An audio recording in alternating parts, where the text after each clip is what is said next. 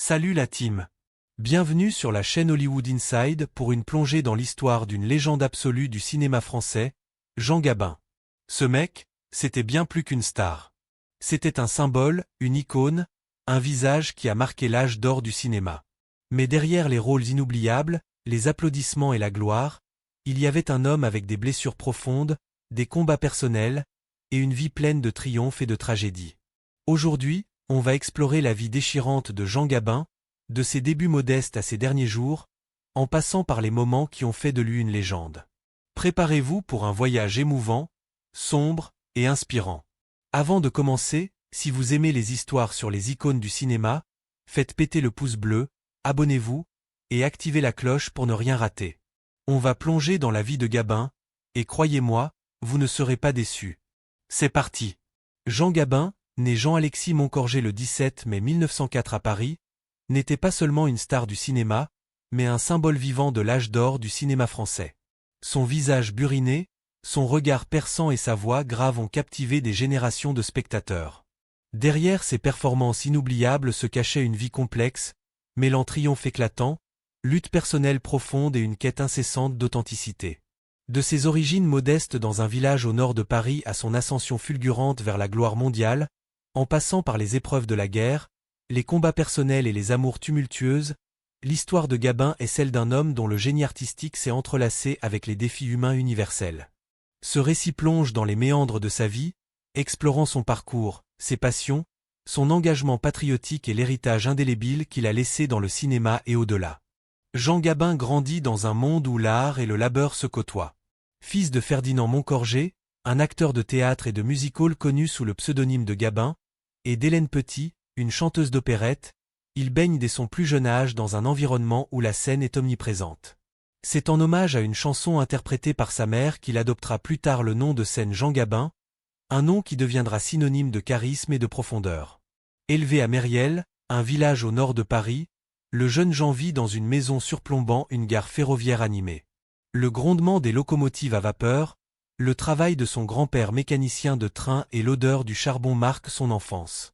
Ces images d'un monde mécanique, où la précision et la puissance dominent, captivent son imagination bien plus que les feux de la rampe. Dans ce cadre rural, loin du glamour parisien, Jean rêve de devenir mécanicien, un métier qui reflète son goût pour le concret et la simplicité. Les machines, avec leur rouage complexe et leur énergie brute, l'attirent davantage que le monde du spectacle. Il passe des heures à observer les trains, fasciné par leur puissance et leur régularité. Ce lien avec le monde ouvrier, ancré dans son enfance, façonnera plus tard sa capacité à incarner des personnages issus des classes populaires avec une authenticité rare. Cependant, son père, fort de son expérience dans le théâtre, voit en lui un potentiel artistique et l'encourage à suivre ses traces. À 18 ans, en 1922, Jean fait ses premiers pas sur scène, non par passion, mais par une sorte d'obligation familiale. Il débute comme figurant dans des revues parisiennes, adoptant le nom de scène de son père, un choix symbolique qui marque le début d'une transformation lente mais inexorable. La transition vers le monde du spectacle n'est pas immédiate. Jean, encore attaché à ses rêves de jeunesse, hésite à embrasser pleinement cette carrière.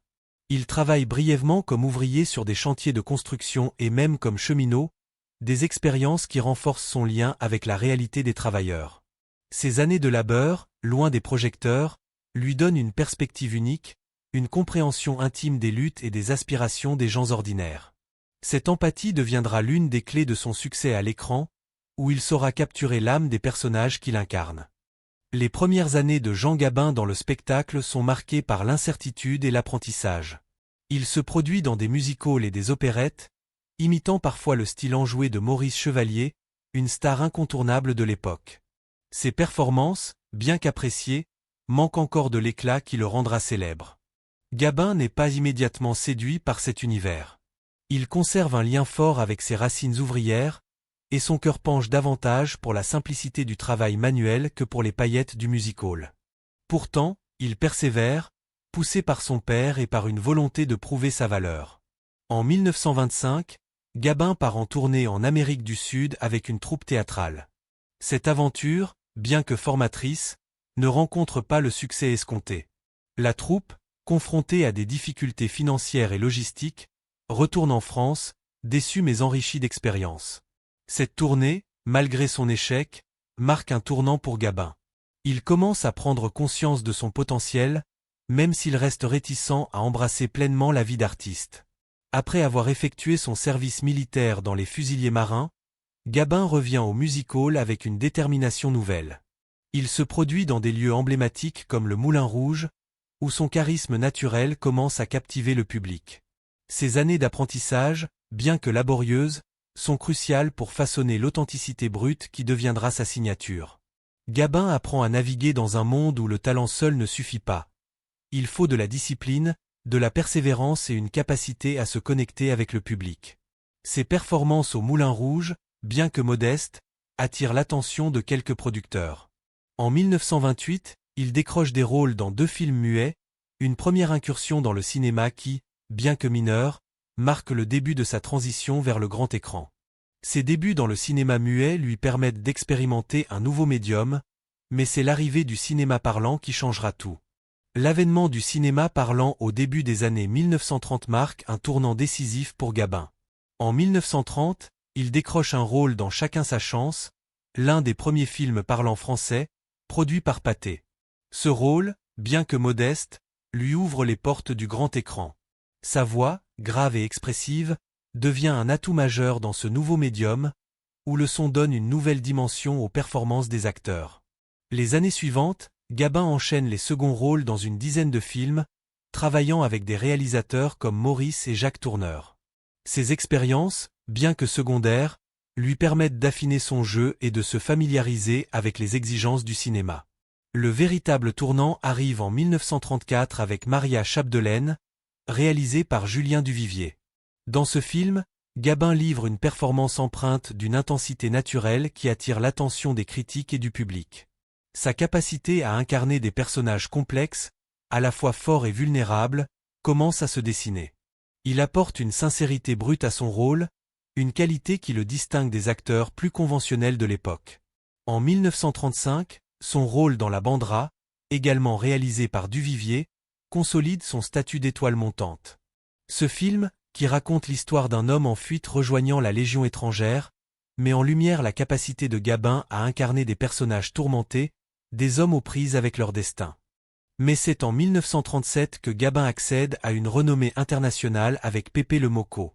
Dans ce classique du réalisme poétique, réalisé par Julien Duvivier, il incarne un gangster charismatique et tourmenté, vivant dans la Casbah d'Alger.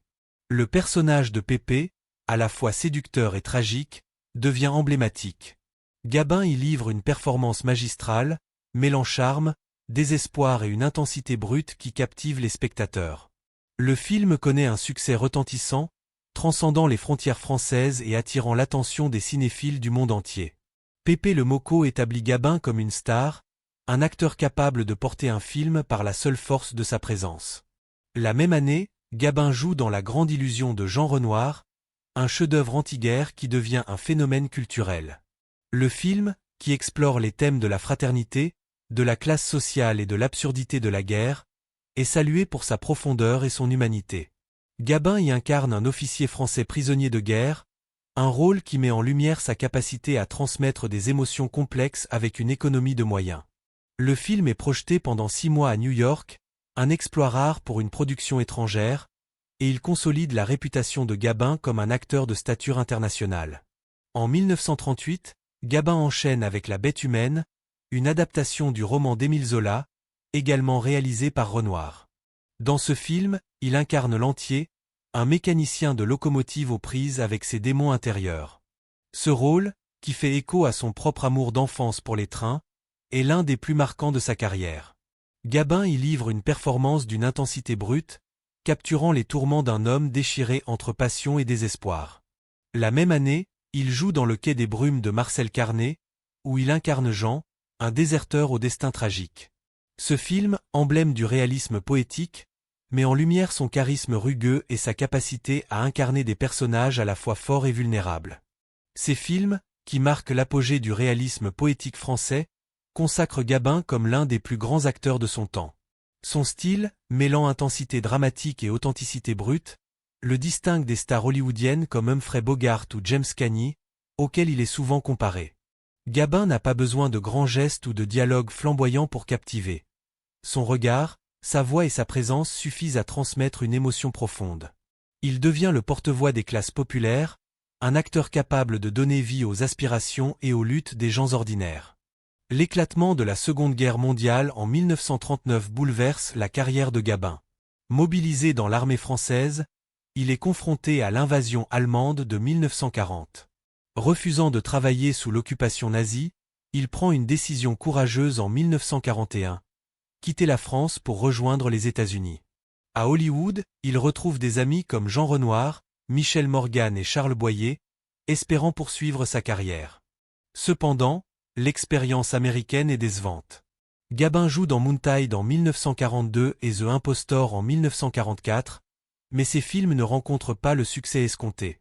Les barrières linguistiques et culturelles, ainsi que le choc entre son style brut et l'esthétique policée d'Hollywood, limitent son impact.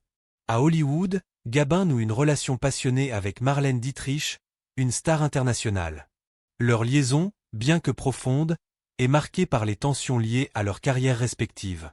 Dietrich, avec son charisme magnétique, est une partenaire idéale pour Gabin, mais les exigences de leur vie professionnelle et les incertitudes de la guerre compliquent leur relation.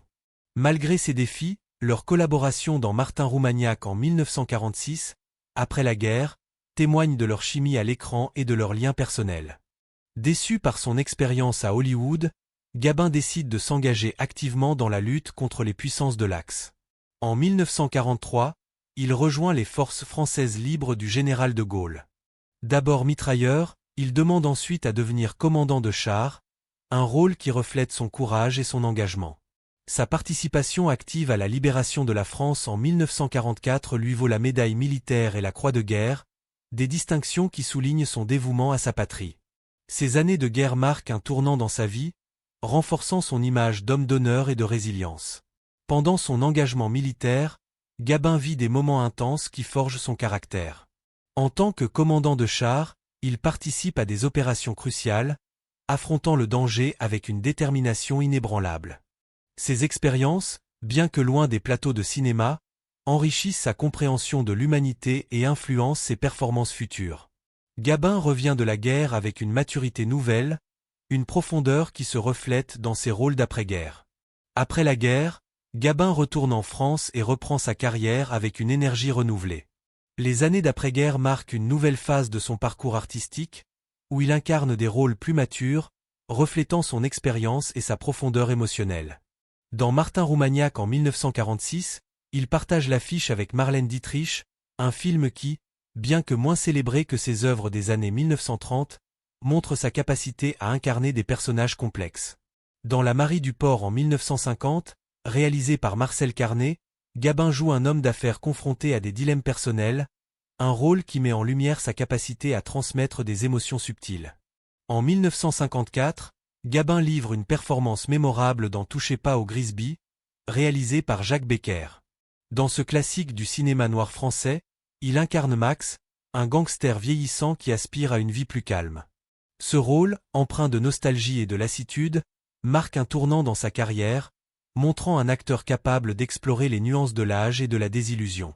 Le film est salué pour sa sobriété et la performance magistrale de Gabin, qui apporte une humanité profonde à son personnage.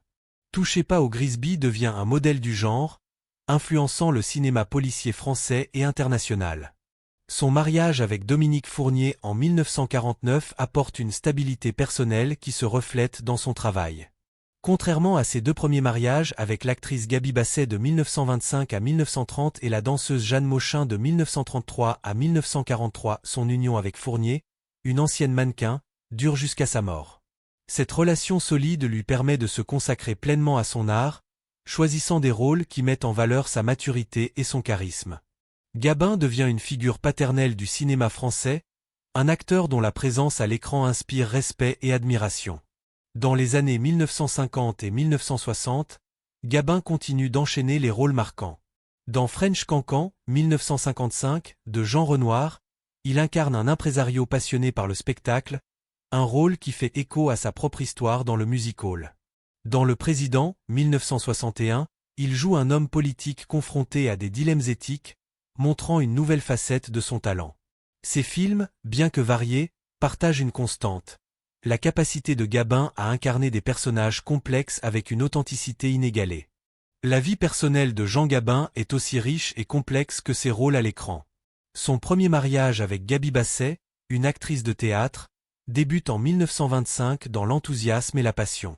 À l'époque, Gabin est encore un jeune artiste en quête de reconnaissance, et Basset, une figure établie du théâtre, partage son amour des arts. Cependant, les exigences de sa carrière naissante créent des tensions. Les longues heures passées sur scène et les déplacements fréquents pèsent sur leur relation. En 1930, le couple se sépare, mettant fin à une union marquée par les promesses de jeunesse. Son deuxième mariage, avec Jeanne Mauchin, une danseuse de revue, commence en 1933 avec l'espoir d'une stabilité durable. Mauchin, connue pour son charme et son élégance, semble être une partenaire idéale pour Gabin, alors en pleine ascension. Mais les pressions de sa carrière, combinées aux bouleversements de la guerre, mettent leur relation à rude épreuve. Les absences fréquentes de Gabin, dues à ses engagements professionnels et à son exil pendant la guerre, créent des tensions insurmontables. Leur divorce en 1943, en pleine tourmente mondiale, clôt un chapitre difficile. C'est avec Dominique Fournier, épousée en 1949, que Gabin trouve enfin un équilibre. Leur mariage, qui dure jusqu'à sa mort en 1976, apporte une constance qui se reflète dans ses performances. Fournier, avec son élégance et son soutien indéfectible, devient un pilier dans la vie de Gabin, lui permettant de naviguer les hauts et les bas de sa carrière avec sérénité. Ensemble, ils traversent les défis de la vie, qu'il s'agisse des pressions de l'industrie cinématographique ou des luttes personnelles de Gabin. Outre ses mariages, Gabin a entretenu des relations médiatisées avec des figures majeures du cinéma. Sa collaboration avec Michel Morgan dans La Grande Illusion et Le Quai des Brumes donne lieu à une chimie à l'écran si puissante qu'elle alimente les rumeurs d'une romance hors caméra. Leur complicité, réelle ou supposée, contribue au succès de leur film et renforce l'aura de Gabin comme séducteur. Leur partenariat, marqué par une alchimie exceptionnelle, captive le public et les critiques, faisant de leurs apparitions conjointes des événements mémorables. Sa liaison avec Marlène Dietrich, rencontrée à Hollywood, est tout aussi légendaire. Leur collaboration dans Martin Roumaniac et leur relation passionnée attirent l'attention du public. Bien que tumultueuse, cette romance laisse une empreinte durable sur la carrière et la vie de Gabin. Leur lien, marqué par une intensité rare, reflète la passion qui caractérise leur performance à l'écran. Une autre relation notable, bien que moins médiatisée, est celle avec Jeanne Moreau, rencontrée sur le tournage de Touchez pas au Grisby. Leur brève romance inspire les deux acteurs, enrichissant leurs performances respectives. Moreau, alors une actrice émergente, admire le talent et l'expérience de Gabin, et leur collaboration marque un moment clé dans leur carrière. Loin des paillettes du cinéma, Jean Gabin trouvait refuge dans la simplicité de la vie rurale. Propriétaire d'une ferme en Normandie, la Pichonnière, près de Merville-Franceville, il se consacrait à l'élevage de bétail et de chevaux. Ce lieu était bien plus qu'un passe-temps. C'était un sanctuaire où il pouvait échapper aux pressions de la célébrité.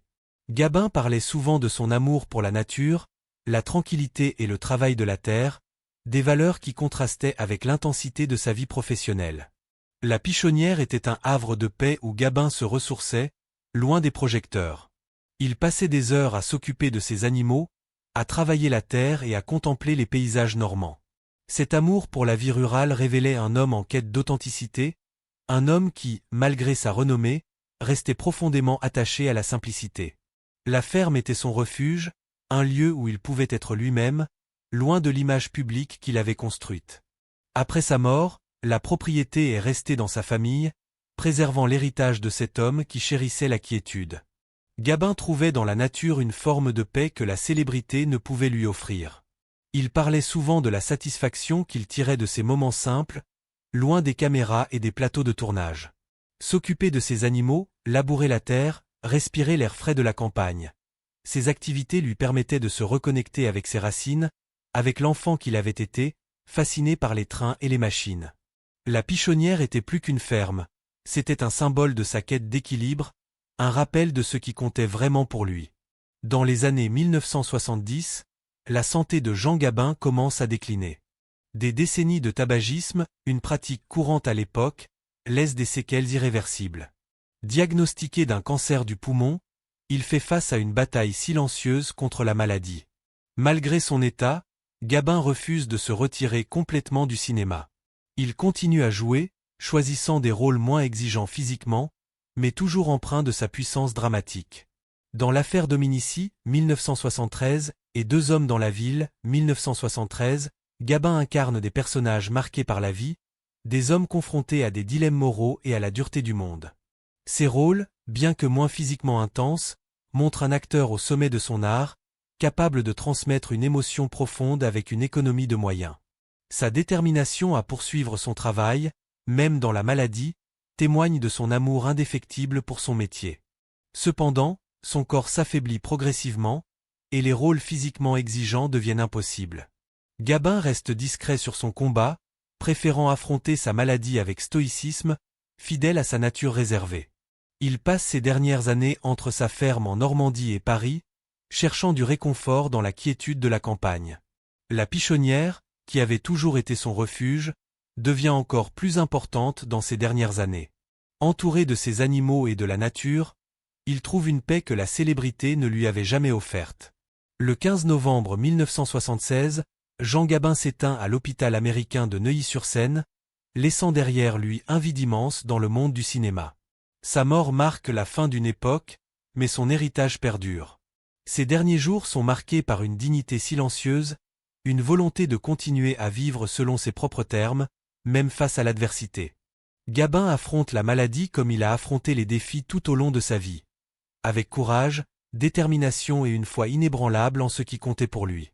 La disparition de Jean Gabin est accueillie par une vague de chagrin à travers la France. Ses funérailles réunissent de nombreuses figures du cinéma, témoignant de l'impact profond qu'il a eu sur l'industrie. Alain Delon le qualifie de « roi du cinéma français », tandis que Jean-Paul Belmondo loue son charisme unique. Réalisateur, acteur et critique saluent son dévouement et son influence, certains le considérant comme un mentor. L'héritage de Gabin perdure à travers des rétrospectives, des festivals et le prix Jean Gabin, créé en 1981 pour récompenser les jeunes talents du cinéma français. Sa ville natale, Mériel, abrite un musée dédié à sa vie et à sa carrière, attirant les admirateurs qui souhaitent découvrir l'homme derrière la légende. Une exposition temporaire au musée de la Victoire en Normandie met en lumière son service militaire, soulignant son courage en tant que commandant de char dans les forces françaises libres. Gabin a laissé une empreinte indélébile sur le cinéma français. Ses films, de Pépé le Moco à Touchez pas au Grisby, continuent d'inspirer les cinéastes et les acteurs du monde entier. Sa capacité à incarner des personnages complexes, à la fois forts et vulnérables, a redéfini les standards du jeu d'acteur. Son style, mêlant intensité dramatique et authenticité brute, reste une référence pour les générations futures. Les films de Gabin ne sont pas seulement des œuvres cinématographiques, ils sont des témoignages de son époque. À travers ses rôles, il a capturé les luttes, les espoirs et les désillusions des classes populaires. Dans La Grande Illusion, il incarne un homme confronté à l'absurdité de la guerre, un thème qui résonne encore aujourd'hui. Dans Le Quai des Brumes, il donne vie à un déserteur en quête de rédemption, un personnage qui incarne les contradictions de l'âme humaine. Ses performances, marquées par une vérité universelle, continuent de toucher les spectateurs, des décennies après leur sortie. Au-delà de ses rôles iconiques, Jean Gabin était un homme de contradiction. À l'écran, il incarnait des personnages d'une force brute, des hommes souvent brisés par leur propre passion ou par les circonstances. Dans la vie, il était à la fois un artiste exigeant et un homme en quête de simplicité. Sa nature réservée, parfois perçue comme distante, était en réalité une façade pour protéger son intimité et sa concentration sur son article. Gabin n'était pas un homme qui se complaisait dans la célébrité. Il évitait les mondanités, préférant la compagnie de ses proches et la quiétude de sa ferme. Son dévouement à son métier était presque obsessionnel. Gabin passait des heures à peaufiner ses rôles, à explorer les nuances de ses personnages. Il était connu pour sa rigueur sur les plateaux, exigeant le meilleur de lui-même et de ses collaborateurs. Cette quête de perfection, bien que parfois intimidante pour ses collègues, était au cœur de son génie. Gabin ne jouait pas seulement un rôle, il le vivait, insufflant à ses personnages une vérité qui résonnait avec le public. Gabin était aussi un homme de valeur. Son engagement pendant la Seconde Guerre mondiale, Son amour pour la vie rurale et son refus de se conformer aux attentes de l'industrie cinématographique témoignent d'une intégrité rare. Il n'a jamais cherché à plaire à tout prix, préférant suivre sa propre voie, même lorsque cela signifiait prendre des risques. Cette authenticité, à la fois dans sa vie et dans son art, est ce qui fait de lui une figure aussi enduring. L'impact de Jean Gabin sur le cinéma français est incommensurable. Il a été un pionnier du réalisme poétique, un mouvement qui a redéfini le cinéma français dans les années 1930. Avec des réalisateurs comme Jean Renoir, Julien Duvivier et Marcel Carné, il a contribué à créer des films qui mêlaient poésie et réalité, capturant les luttes et les espoirs des classes populaires. Des films comme La Grande Illusion et Le Quai des Brumes sont devenus des classiques, étudiés et admirés dans le monde entier. Gabin a également influencé une génération d'acteurs. Sa capacité à incarner des personnages complexes, à la fois durs et vulnérables, a inspiré des figures comme Alain Delon et Jean-Paul Belmondo. Son style, marqué par une économie de gestes et une intensité intérieure, a redéfini ce que signifiait être un acteur. Gabin n'avait pas besoin de grands discours pour captiver. Son regard, sa voix et sa présence suffisaient à transmettre une émotion profonde. Son influence s'étend au-delà du cinéma français. À Hollywood, des acteurs comme Humphrey Bogart ont été comparés à Gabin pour leur capacité à incarner des anti-héros charismatiques. Pourtant, Gabin était unique en son genre, un acteur dont le style ne pouvait être imité.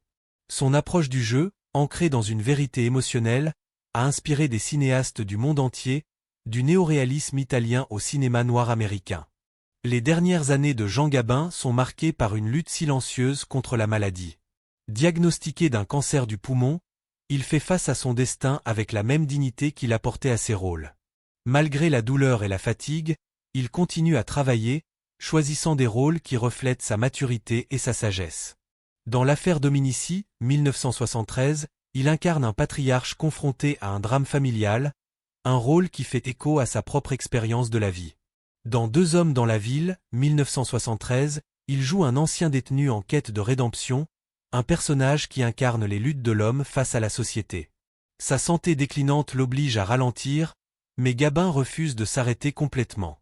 Il trouve du réconfort dans sa ferme en Normandie, où il passe de plus en plus de temps.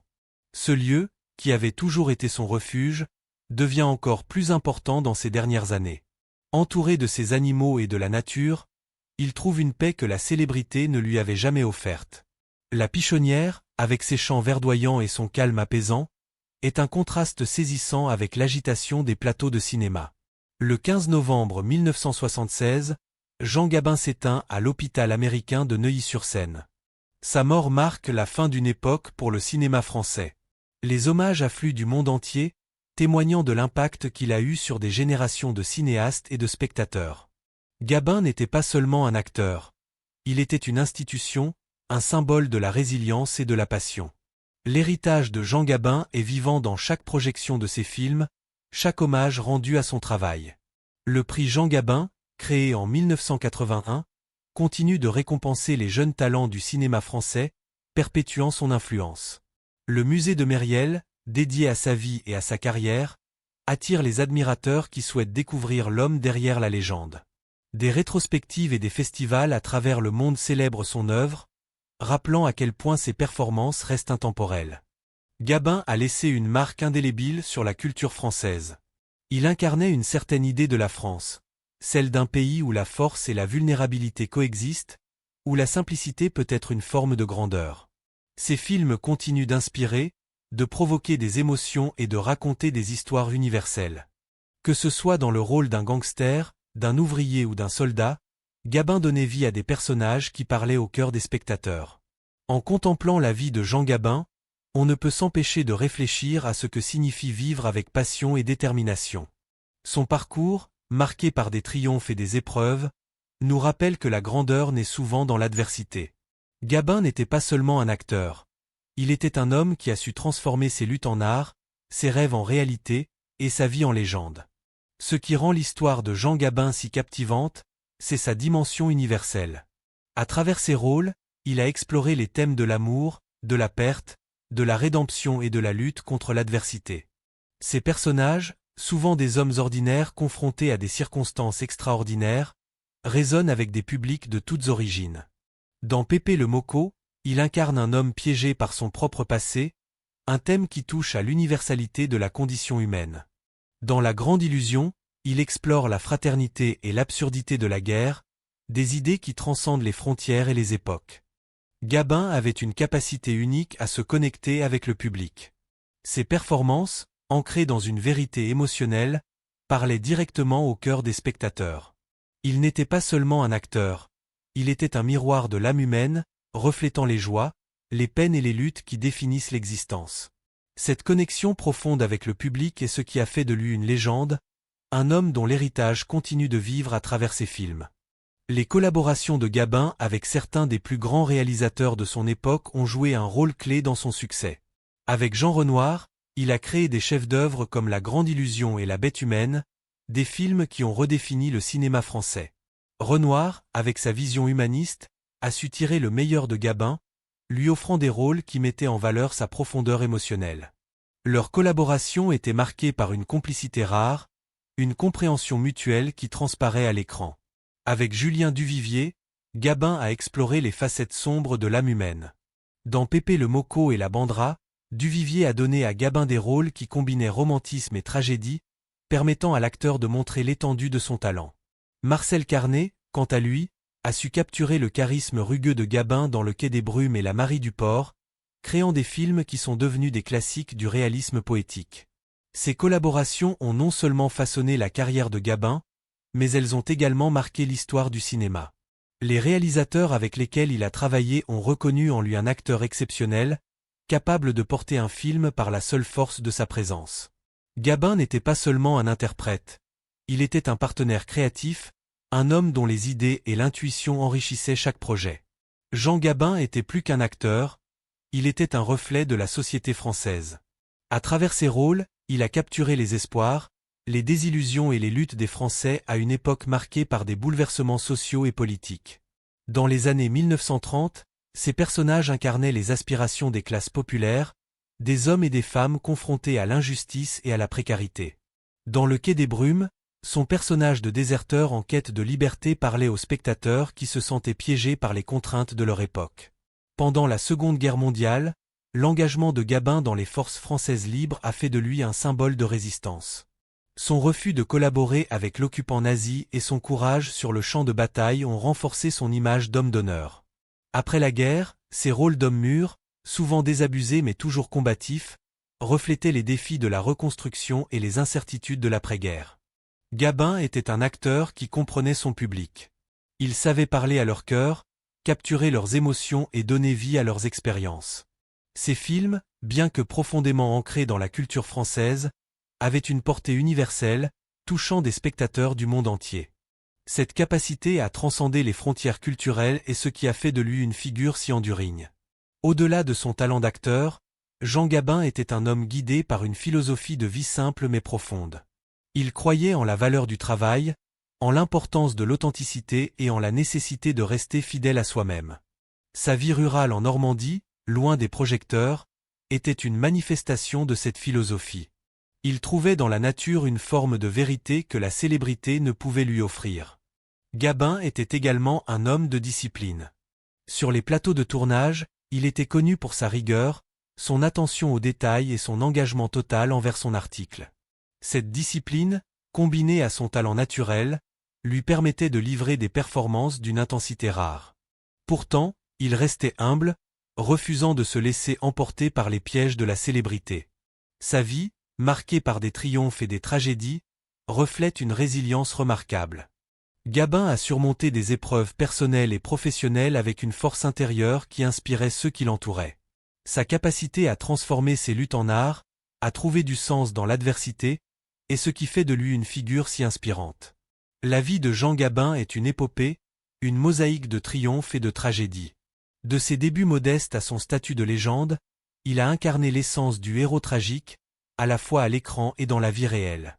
Ses performances, marquées par une authenticité brute, ont capturé les complexités de l'âme humaine, tandis que sa vie personnelle reflétait une quête constante d'équilibre et de sens. Gabin nous enseigne que la grandeur naît du courage et de la persévérance. Sa capacité à surmonter les obstacles guerre, maladie, défis personnels témoigne de sa résilience. Son amour pour la simplicité, sa passion pour son art et son dévouement à son pays ont fait de lui bien plus qu'une star, un symbole de l'esprit humain. En contemplant son parcours, on ne peut s'empêcher de réfléchir à ce que signifie vivre avec passion et détermination. Jean Gabin n'était pas seulement un acteur. Il était un homme qui a su transformer ses luttes en art, ses rêves en réalité, et sa vie en légende. Jean Gabin, icône intemporelle du cinéma français, a marqué son époque par son charisme brut et sa capacité à incarner l'âme humaine dans toute sa complexité. De ses débuts sur les planches à ses rôles légendaires dans des chefs-d'œuvre comme La Grande Illusion ou Le Quai des Brumes, il a su captiver des générations par son authenticité et sa présence magnétique. Sa vie, marquée par des triomphes, des épreuves et un engagement profond, reflète une époque tumultueuse qu'il a traversée avec courage et dignité.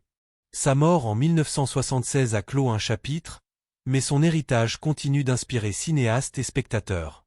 Merci de nous avoir suivis sur Hollywood Inside pour ce voyage dans la vie de Gabin. N'oubliez pas de liker, de vous abonner et d'activer la cloche pour ne rien rater de nos prochaines histoires. À bientôt pour une nouvelle plongée dans les légendes du cinéma.